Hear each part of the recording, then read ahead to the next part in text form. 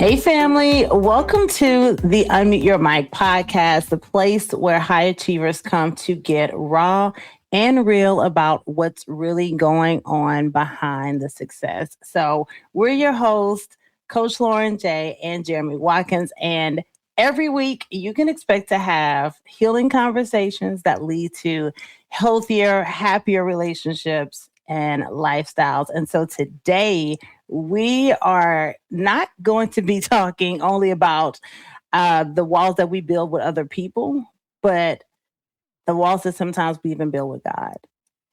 And this one is going to be a heavy conversation because we're really going to dive into what happens when we say we're good, but we're not.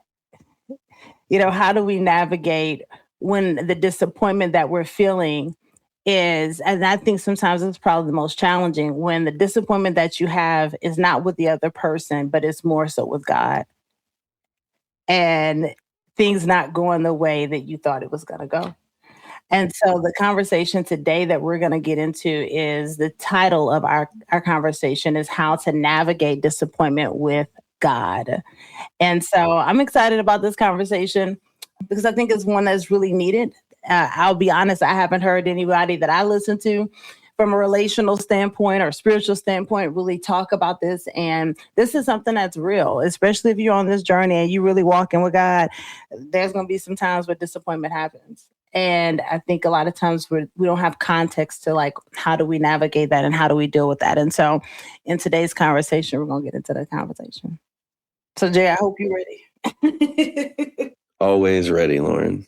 Always ready. Always ready to see where the Lord's going to take it. You know what I mean? Like, that's what's so exciting about all of our topics is like, you know, I don't know if the audience knows this, but we don't sit and like talk over notes. We don't come with some type of like programming or some type of strategy. We really just see what the Lord is kind of revealing in our hearts or things that we see in the world that we're like, I wonder what God would have to say about that. Mm-hmm. And then Lauren and I, we just bring it into this space with you guys. And then we just hit record and here we are on an adventure to see what the Lord does. Always an adventure.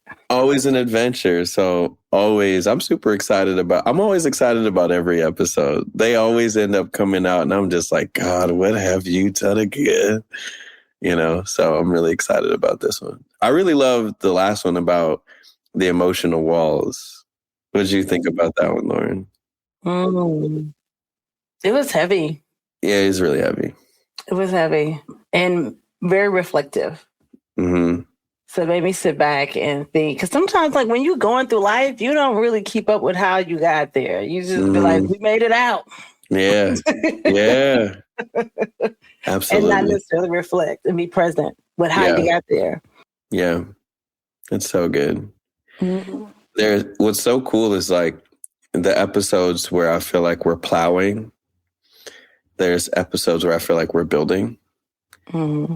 And then there's episodes where I feel like we're uplifting. And sometimes they have all three. But the one about emotional walls was definitely one about plowing. God was definitely deconstructing in that episode for sure. And we love the tearing down so that what he actually wants to seed in us can actually be sustained and can be plucked out. So it's really important that we go through those processes whenever we're sharing these beautiful new things with everyone. So, but I'm excited about today. Let's go and jump in, Lauren. Let's go and get the people what they don't even know that they want. Don't even realize they're about to get ugly. No. What would you say has been things that you've experienced disappointment in towards God? So I would probably say the biggest disappointment that I've had to journey through with God has been around love. Mm. And it's been from like a romantic space. Mm-hmm. Because I went through my divorce 2018, 2019. Mm-hmm. I really was kind of cool on me and God. I really felt like we could just be together and we ain't really got to go try to find nobody. Mm-hmm. Mm-hmm. You know, I'd been married like 10 years, been with the same person since I like turned 18. I got divorced at 31. So, you know, now at 38, Like that's a long time to grow with someone and then really start to find yourself in your 30s. And I'll be honest, I enjoyed it. Like I enjoy having my own space. I enjoy having the luxury. I just came off the beach for Christmas. I enjoyed the luxury of like not having, because relationships really make you have to like grow up. Like there's certain levels of your pettiness you can't be when you're in a relationship. Relationships expose versions of yourself that, you know, you may or may not feel like exposing. So I remember like telling God like, hey, I'm kind of good, you know? We don't really got to do all that for me. And him really kind of taking me on that journey of like, oh, yeah, no. Like, I like being with you, but this ain't going to be just you. And so this journey has been one that's been very revealing. It's been exposing. It's been healing. It's been excitement, but it has been disappointment. And so having to navigate, like, not being upset with God when you're like, but you said, but why you told me to do that then? You know, like, why you signed? I didn't want to get signed up. So how I got signed up for the Christian Jubilee? Why you wrote my name on the board? Not the Christian Jubilee. That's crazy. So we gonna see what he takes us. At this season of my life, I've learned to just be like, it's going as planned and not be in control and just be okay with being wherever he says we're going to be. And I think that is very challenging for a recovering type A personality. If I'm just honest. Yeah, no, we love the honesty. I think a lot of people could probably relate to that. You know, the only 2 times I've ever felt disappointment was when God spoke to me and had a desire for me to experience marriage. I was at a place in my life where I really was like, man, I want to be like Paul. I want shipwrecks. I want floggings. Yeah, man. Like the way that God introduced himself to me tangibly is very similar to a lot of people that teach the gospel in the scriptures when they tell their story of how the Lord came to them. It's very similar to mine. Like the Lord supernaturally revealed himself to me and persuaded me and won me over in literally a moment at the age of 15 in such a way where I was like, okay, I know who I was made for. And this is nothing I need to study. There's nothing I need to read about. It was just my heart knew that this was my person and I was his. And it was like this awakening experience. And so when you have those kind of experiences happening to you in your life, you start to kind of like get outside of your body and look at life on the outside while you're in it. And you're just like, I feel like my life could be written in the scriptures. Like somebody needs to add a book in here, not because of anything that's like special, unique about me, but just how the Lord was moving through me, the things that he was declaring through me, the way that he was just miracle signs and wonders, the love that was flowing in me to people that were the most rejected or the most, just all these evidences of God was flowing out of my life. And I started seeing Jesus and I started seeing myself as a co-heir with him. I was like, man, that same thing that you experienced and I've experienced with Jesus, like forget Paul, me and you feel more relatable. and I was just so awestruck of God and had so much obsession of him that the thought of like being in a human construct of a relationship called marriage felt so much less to me. I was like, ugh. Correct. Why would you call me to that? Like, do you like you're the love of my life. Nobody could ever do me like the way you do me, God. You could never hurt me. God, like there is no pain involved with being you. There like, isn't. You can't harm me. All you know how to do is be good to me. Listen. Oh my God, Lord. Like I'll wake up just to be able to smell the fragrance of your presence. Like, why would you ever want to throw anybody else into the mix of what we have? And when God revealed that to me of the intent, I was like, oh, okay. And then the disappointment went away immediately, right? So that was the first one. The second one was experiencing my marriage and it failed. And because the way that it happened and the way that Ava's mom and I were connecting, it was so spirit filled, even though there were things I'm like, but is this though? And I don't know if that was discernment. I don't know if that was fear. I don't know. Yeah. But to go through all of that and be spiritual about it and not be fleshly, not be carnal, but we were so spiritual. And to see that come to an end and to see what came out of me in the midst of it, I was like, wow. There was a thing of disappointment. I was like, God, I'm not grieving that my marriage ended because I understand. Yeah. I'm grieving that I felt like you told me and this came to an end, right? Here's a beautiful thing about the way that God, disappointment can end so quickly with God. Go ahead. When he tells you his truth instead of you depending on your truth, it immediately frees you from the disappointment. And I remember what God said. He goes, Jared, so interesting. He goes, when you look at what you viewed love to be before you married Ava's mom, do you think that that was my love or your love? You may have depended on me to reveal the person, but you didn't depend on me to love the person. My God. You can do the podcast right now. And so God was like, I was like, huh? So God's like, oh, you thought you were loving like the way that I love Jasmine? That's Ava's mom's name. Mm-hmm. No. You were loving her the way that your mom loved you. And the way that your mom loved you is not the way that I love Jasmine. In fact, the way that your mom loved you isn't the way that I love entirely. Yes, your mom is a very loving person, but I had to understand what I thought love to be, that when I came into relationship with God, the one thing I had never let him transform or to reveal was not true was what I believed about love. And so because I knew God was a God of love and I always loved love, I was like, oh, we go together in this area. Nah. We were in the same house, but we were not in the same room. And so that marriage was the greatest experience that happened to me because it started the journey where God started to unpack in me, where we had disagreement about what love was. And then I understood what divorce was. And all divorce doesn't happen through a marriage. Divorce happens before a marriage. And God said, anybody who believes about love differently than me and then forms it out of their own image is always going to lead to a marriage failing because he didn't design it to depend on our own belief system about love. It was designed from his. Yeah.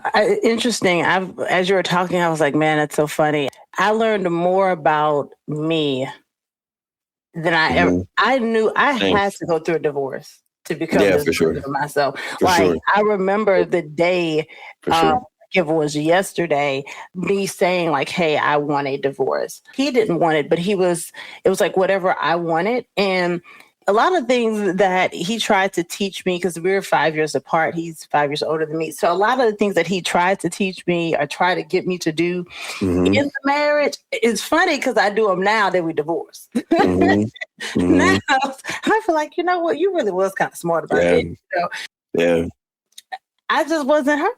Like I was so busy making sure that I wasn't defeated. Like I didn't need you. I was so self-sufficient. I was so busy trying to make sure that I protected me, that and that I didn't relive my parents' marriage to the point where I didn't realize, like, girl, you are living a marriage. Like, you know what I'm saying? Like you are like the very thing. And that's when I learned the very thing that you despise or the thing that you don't like, oftentimes you become the very thing that you thought you were going to overcome, because sometimes you got to go through it to have a different understanding. Like it's different when they going through it. And like, when you see other people going through it, you're like, I don't know, I would never deal with that. Oh, but wait till it's you. And then you have like a level of grace and understanding. You become very human. I wasn't human at all. I was very like, I grew up with that old school mindset. You don't let the left hand know what the right hand doing, and you always come out smelling like roses. And maybe that's a Southern thing, but that's how I grew up. So perfection was always the goal. I needed to be perfect. This needed to be perfect. I couldn't have an understanding of like when somebody wasn't perfect. So I was very, very judgmental. So going through my divorce, I felt like in that season, that was actually not my biggest disappointment. If anything, that was my biggest freedom. I was like, I'm about to be free to be me. But I didn't realize that like a good year and a half was going to be spent me apologizing. Like, dang, I was like, God, if this is how you want to tell me I'm the problem, don't. Right. Send an email, send a text message. But you had to do all this just to show me. And so in that season, it helped me to obviously I find my purpose. That was one that's been the best thing. So I always tell people like it was the best thing that ever happened to me, baby. It was that divorce because sis was not gonna grow. It was gonna be no growth. Okay, that right there, what you just said. I'm always, you know me, whenever people start dropping the P word, I mean purpose. Yeah. Because I always find myself discerning what that means to the person. Yeah. But I also think discerning what that means and not asking God, and I'm not talking about you, I'm just talking about going into another segment from listening to what you're saying. I'm like, oh, that'd be good to go into that. Or people could be disappointed because of their misconception of what purpose is. So when you say you found your purpose, what does that mean? I found something that was bigger than me. Which was what? When I was in my marriage, it was more about like making money so we could, have the white picket fence, the big house, go on the trips. And it looked really great on paper. It looked like the American dream, right? So that's what it was really about. It was about hustling, grinding, getting to the next level. Like it's which is very self-focused, but not God-focused, right? We went to church. We're part of doing the church thing. But again, it was more of the routine, not the relationship. So when I went through my divorce, I remember like my parents saying to me, and my parents are divorced, but them saying like, don't move on too fast. Don't move on too fast. And I was like, I'm in sales. There's no such thing. I mean, a no is just not today. Like, we don't hear salespeople person. We don't hear no. We hear not right now. Call me 6 months. So because we have to get so accustomed to hearing no's, and not allowing that to be something that we take on, so it's a very emotional hardwire. So to me, I was like, "What you mean? Don't move on too fast?" Okay, so then what you supposed to do? Sit down, look around, like what are we supposed to be doing? And that's when I had the aha moment of like, oh, you know what? I'm gonna go here. I didn't know what that meant. I had no idea what that meant. But what I did know was that it didn't include just sitting around, waiting for time to lapse. Because sometimes people say time heals all wounds. Time don't really heal all wounds. What you doing with the time heals all, but time itself doesn't just heal your wound. And that's, that's just my take on it. So from that is when I started writing Purposeful Pain. And Purposeful Pain was just really just a journal of my journey. It wasn't I just was like, I felt like the church people weren't being raw enough. I felt like I got bamboozled. I felt like y'all ain't telling people the real, the streets. And so we don't just get real. And I don't have to have no map. I'm going to just do whatever God said. We're going to follow with that. And it turned into this thing where it became bigger than me. And I was almost ashamed of going through divorce. That's the other thing. I was almost ashamed of it because like I was always known for making the best decisions.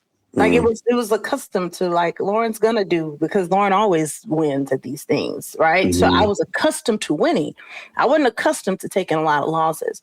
And so even that, wanting to feel somewhat shame, public shame was another thing. And so for me, when it became bigger than me and I understood like, oh, this wasn't what you thought it was. Like this is bigger than just get a house, go on vacation, the kids look amazing. Like it was way bigger than that. That's when it became a bigger deal for me. And so when I think about purpose, I think about it being one of those things that like I always say, you wouldn't wish on your worst enemy. You pray God don't ask you to talk about it again, but you also so madly in love with it that you can't let it go. And it has nothing to do with money. It has nothing to do with fame. It has nothing to do with, making yourself great, and uplifting you, but really using your journey to uplift other people and walk that journey with them. And so that was how my life that's how it shifted. That's how we got here. Because we would have never got here. I'd have still been over there dysfunctional, acting crazy. I'm being honest. Making money and feeling like that was all I needed to do. Okay. I appreciate you sharing all that vulnerable information. I'm going to use what you shared, and then I'm going to segment it into another layer and foundational piece of how we can navigate disappointment with God. Mm-hmm. I think what a lot of people don't understand is I think that they think plan is purpose and purpose is plan. I don't think they know the difference. So the Bible says, for I know the plans I have for you. Correct. Plans to prosper you, not to harm you, to give you hope in a future, right?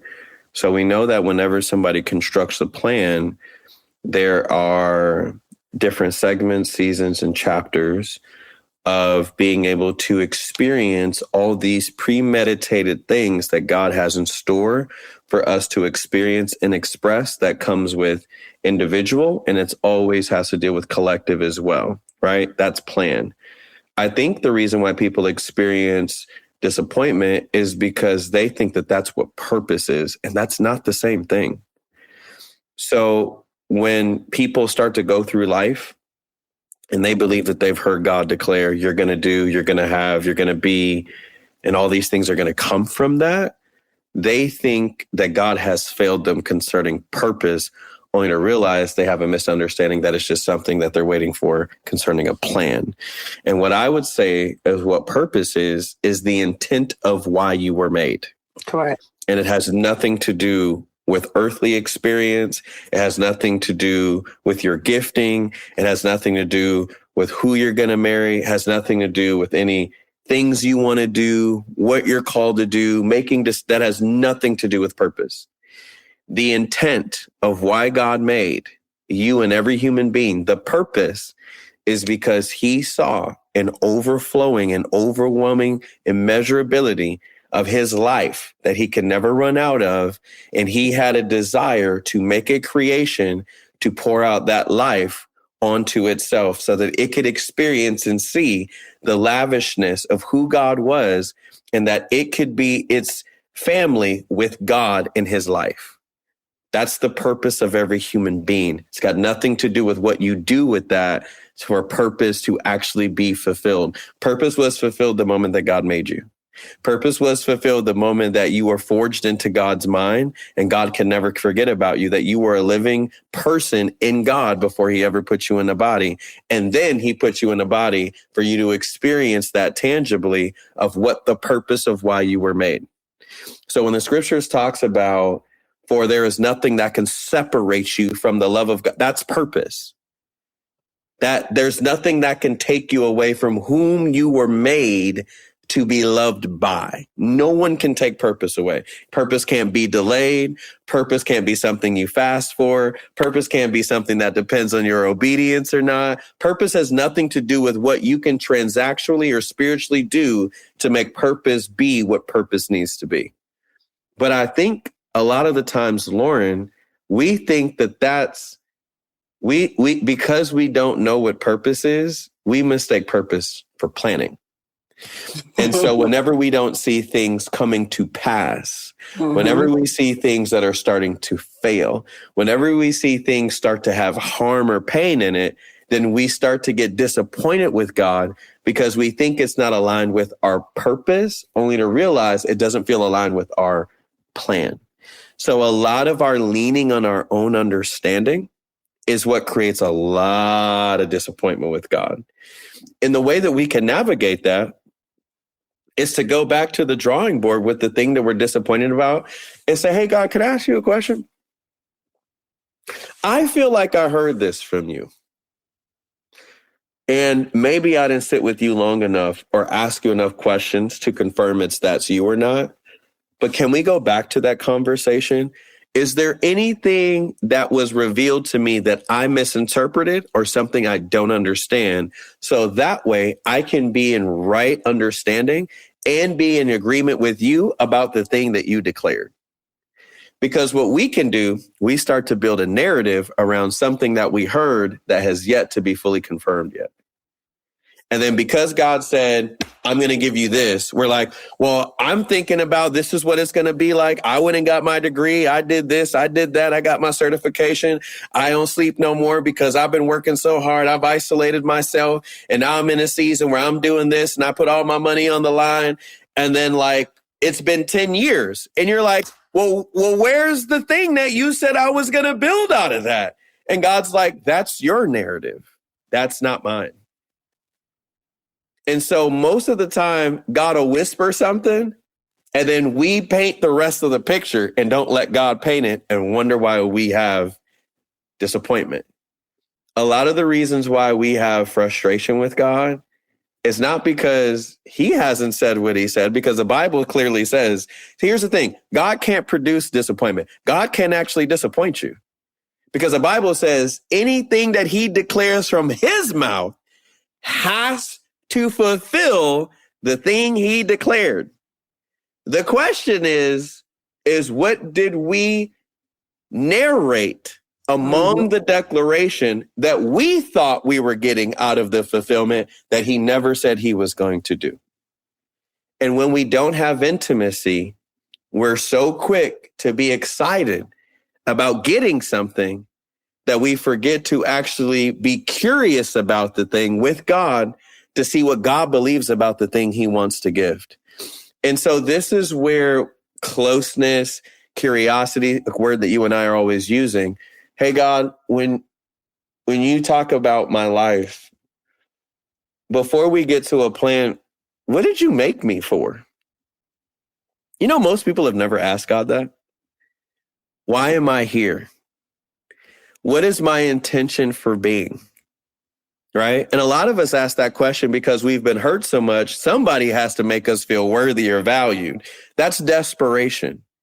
God can speak in that, but God doesn't want to stay in desperation because what he has valued you to be to him isn't from a desperate place. So God doesn't want to keep you desperate, even though we're constantly only curious in those moments. So when we come to a place where we're actually grounded, Lauren, and when God starts to declare things, and when God starts to whisper things, and God starts to move things around, like we start getting to this point, we're like, oh man, I see this thing moving. And then all of a sudden the scripture says, for many are the plans in a man's heart, but it is the Lord's plan that prevails. You know where that disappointment comes in? We think that God has prioritized your many plans than the plan he's already said that has prevailed. Yeah, this he is does why not. we experience disappointment. And he does that. We have let the world dictate. And it's worse now than I can imagine ever before because all we have is social media with people checking off plans that are fulfilled. And you're like, well, where is that in my life? And we start to project that on God because we're looking to the world to determine what life is. And we start looking to the world to give us the wisdom about how life should be and how life should be declared and how life should have all of these accomplishments and how life should have all these things that I am capable of doing and how life should have all of these chapters where I'm constantly winning and nothing's happening to me. And why is this and why is that? And so we start to look at a false place that can't tell us what life is to tell us what life is, even as children of God. And then we start to believe what the world says about life. And then we go to God and says, well, why aren't you producing what the world says about life? Now imagine this conversation. Let's take a step back. God who is the life giver, is having creation, who is made by his life, question God about the only person who can tell us about what life is, of why he's not producing the thing that the world can in itself. And this is why we have disconnection and disappointment, is we are more dependent on what the world says the thing you should have be determined, instead of why God said he wants to give it to you in the first place. And most of the time, if not all of the time, whenever God wants to gift you something, it is always to reveal him through it. Every single time. Does God want you to be happy? God loves you being happy. That is not his primary goal. Does God love you having a life where everything is sustained and taken care of? Absolutely. That's the only life God can give. But he ain't looking to the earth standards to determine that. Yeah. God ain't looking at your bank account. God ain't looking to look sure how much you got in your retirement account. God ain't looking to make sure you're the next millionaire. God ain't making sure that you can pass down wealth to your next generation. When we talking about all those things, even when you read them in the Bible, we don't have full understanding of what that means. And so this is why we create so much disappointment while we're navigating life with God, is we start looking at the world and we start comparing the world's life with God's life. And if our life and God don't look like the life in the world, and it look like the people in the world got more than us, now disappointment has been formed. Yeah, because God's not giving us dopamine hits. See, social media give us dopamine hits. Yeah. And the dopamine hits be making you disappointed with God. Because he's like, I'm not here to hit up your dopamine hormone. Okay. And that becomes a thing. And so, that's when I joined. It's going as planned ministries. Listen. That's the ministry. It's going as planned. Because his plan's going to always prevail. Listen. So it's going as planned. Listen. And that frees a lot. The plan that God has for every human being is simply this: to be persuaded of his infinite and eternal love for us, that we were made to be loved by him, and that there has never been a day where God has not loved us. And there has never been a moment where God needed us to win back his heart to prove ourselves worthy again to be loved by him. When we come into the love of the Father, that's why the Spirit says, and when we receive his Spirit, we cry out, Abba, Father. Why are we crying out Daddy for a person we didn't know? Because the first moment that we come into that moment of intimacy, he's always loved me. I've always been his to him. He has only saw my life in his, and there was no amount of life that I could conjure up in my own ability, in my own knowledge, in my own attainments, in my own possessions, in my own glorification, and in my own luxuries, and all of my traveling and all of my knowing of all the things in this world. God has never needed me to create this collection of all these things to prove that I am a savant for life. When we start to get persuaded of that, then all of a sudden it is born in our hearts that we were always loved. So when that happens to us, guess what the next thing that happened? We find rest, because the person who knows, and we start to see God in his entirety, man, if this person loves me that much that I'm an inheritor of him and he lacks nothing, then guess what I now lack? Nothing. And when that hits my heart, all I'm rested in is being with him. And when I see my life, and no matter what's happening in my earthliness or my humanness, even though it hurts, and even though I start to feel anxious, and even though I start to think that I'm lacking something, and even though that comparison is really hard to overcome, I start looking at God's life. And when I look at God's life, I realize he already has everything. And everything that God has is eternal. And everything that God has cannot die. And now I've now inherited a life that surpasses all the dead things that I think that I need for my life to feel like it's being fulfilled according to my understanding. And guess what that starts to do away with? Disappointment. Because now what I'm discerning my life from is not the world telling me what life should be. I start discerning my life from the only person who can tell me where life is found, and that's the life giver, who is Abba Daddy. So we create disappointment, Lauren, Because we start looking at our earthly life and we wish something was there that is not. And then we start looking at God to say, why haven't you given it to us? How long do I have to wait? What do I need to do? Send us a tracking number. Ain't nobody out here for me. All this fear and doubt and pride and like idolatry we walk in. Instead of looking at God's life to determine the quality of that's the only thing I can judge my life on is a life that can't die. I can't look at anybody's life that has filled with dead stuff. Like, here's the thing. Even if you have marriage, no one knows when it's going to end. Even if y'all stay together, I still don't know the actual fulfillment or the experience that you're having. I don't know if it's filled with the love of God.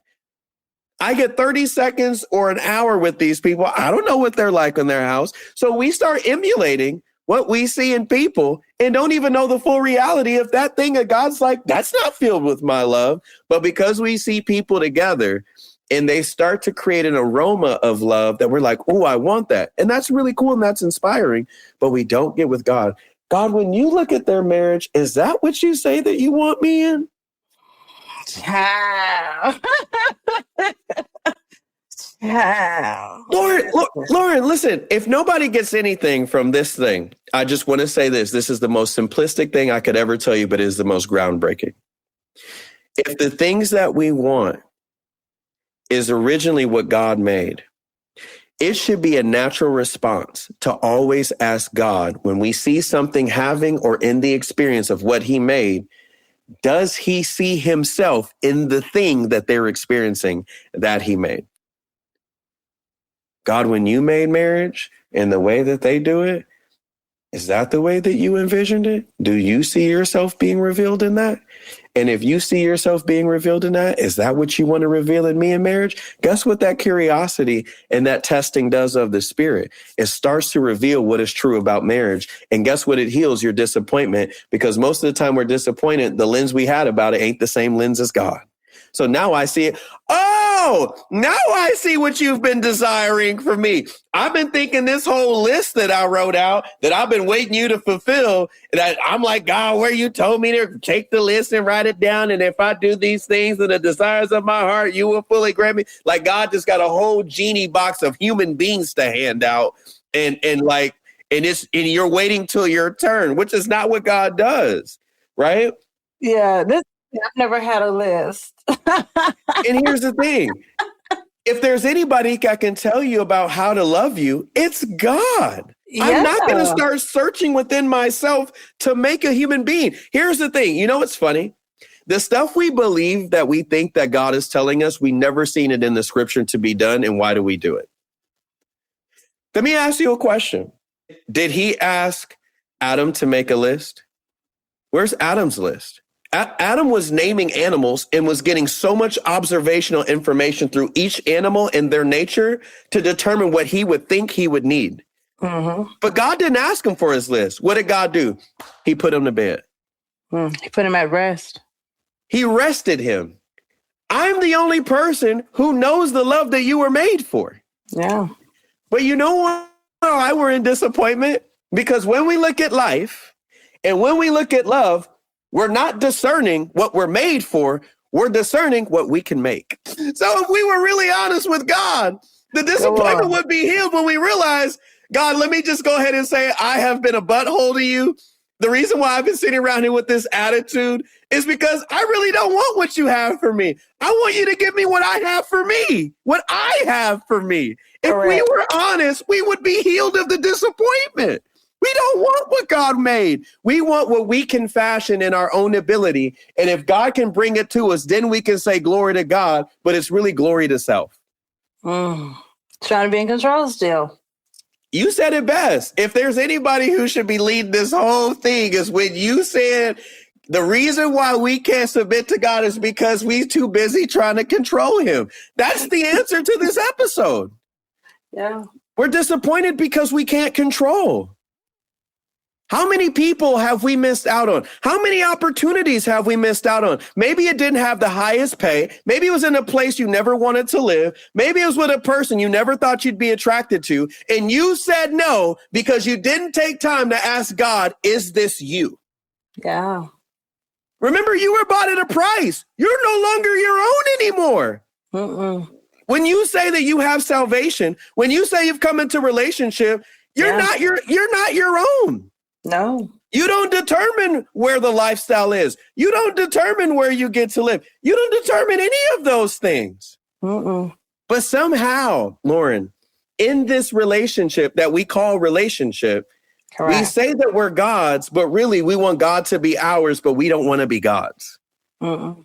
And that's what brings forth disappointment. As long as you give me what I want in this relationship, it doesn't really matter what you want, God. I gave myself to you. I don't have sex no more. I stopped drinking. I don't dress like this anymore. I don't go to these places anymore. I don't do these things anymore. So because I stopped doing that for you, you have what you want. And God's like, that's what you thought I wanted? We don't even know what God wants in the relationship. This is what also breeds the disappointment. We haven't even asked him, God, what do you want? Yeah. What is your desire? And does it What bring is the you thing? glory? What is the thing that makes you excited about this relationship? When you talk about the many plans that you have, God, you want to tell them, I'd love to hear about what you got in store. And how can I be in like collaboration with you? We're always trying to get God to collaborate with us, but we've never asked God how I can collaborate with him. We're talking about like everybody wants to put up a post, right? Oh, the Christians being slain in Africa and this is happening in this country. And why is the world so bad? And why won't God fix it? Has anybody ever said, God, will you send me? I'll go to Africa. I'll go and show them the love that you have for them. I'll go stand. Oh, no, we don't. Right. Oh, okay. Yeah. We ain't in relationship. Yeah, we set it up. We're like, send someone else, they'll go. We love looking at Jesus on his cross, but we hate to carry our own. We do. And wonder why there's disappointment. Here's the thing. When you carry the cross that you are made to carry and you start seeing Jesus on his, I promise you it won't be no disappointment. Mm-mm. But it's always easy to be disappointed with a person you see on the cross and when you're not hanging on one. Facts. You just looking up. When he gonna get down, so that way I can get what I want. When you gonna come out, so you can give me the stuff that you said you're just gonna give me. That's us. That's Christianity. Yeah. And I'll do anything as long as I get a reward out of it. I'll be obedient as long as there's a lifestyle that comes with.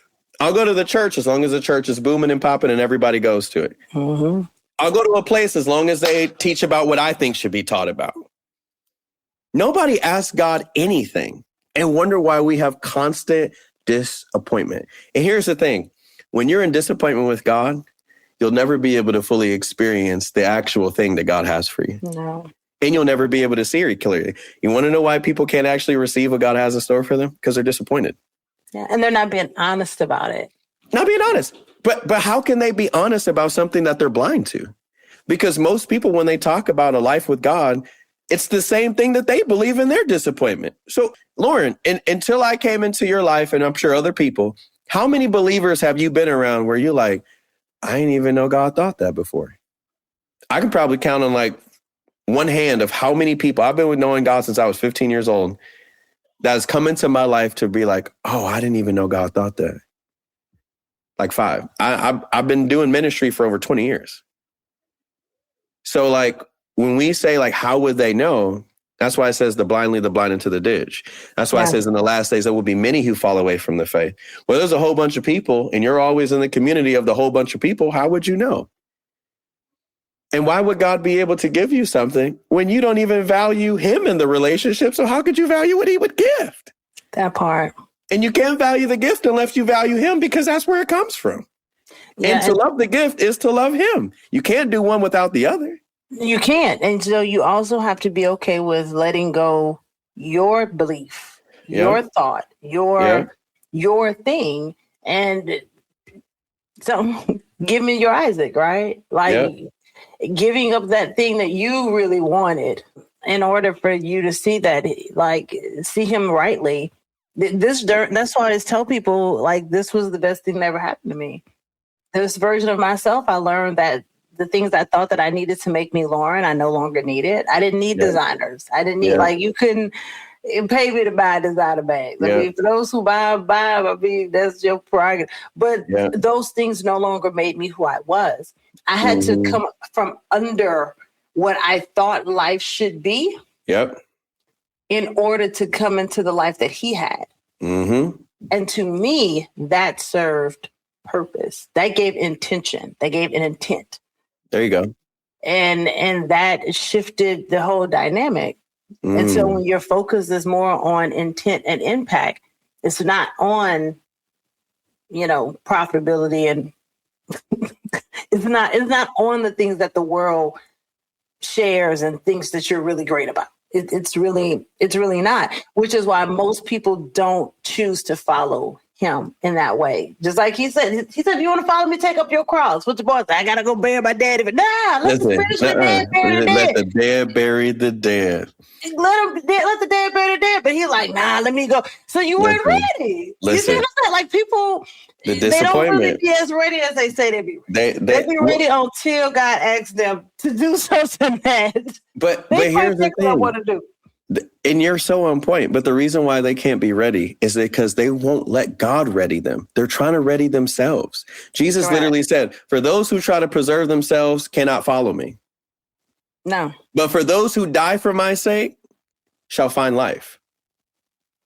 So if there's any part of you that's trying to preserve what you think or thought life should be, you are always going to be in disappointment with God.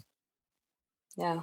But that's why it's always been hard for me to walk with people that, and I would say more romantic relationships, who need fans.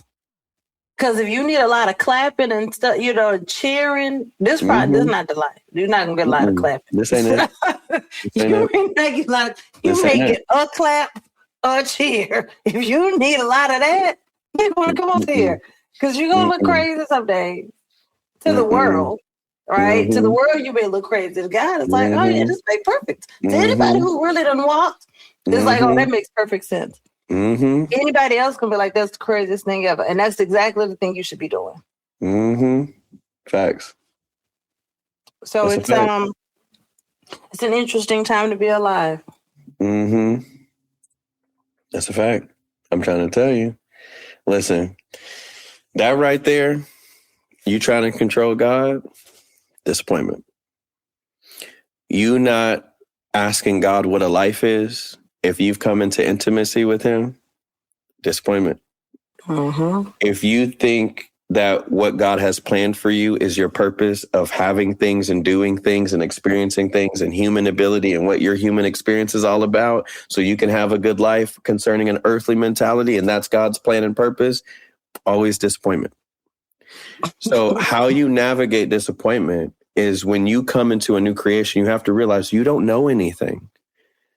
So we become a new creation, and then we refill ourselves up with the things that the world believe, and then mix it with spirit and wonder why it continues to be casted out of us, because it can't produce anything.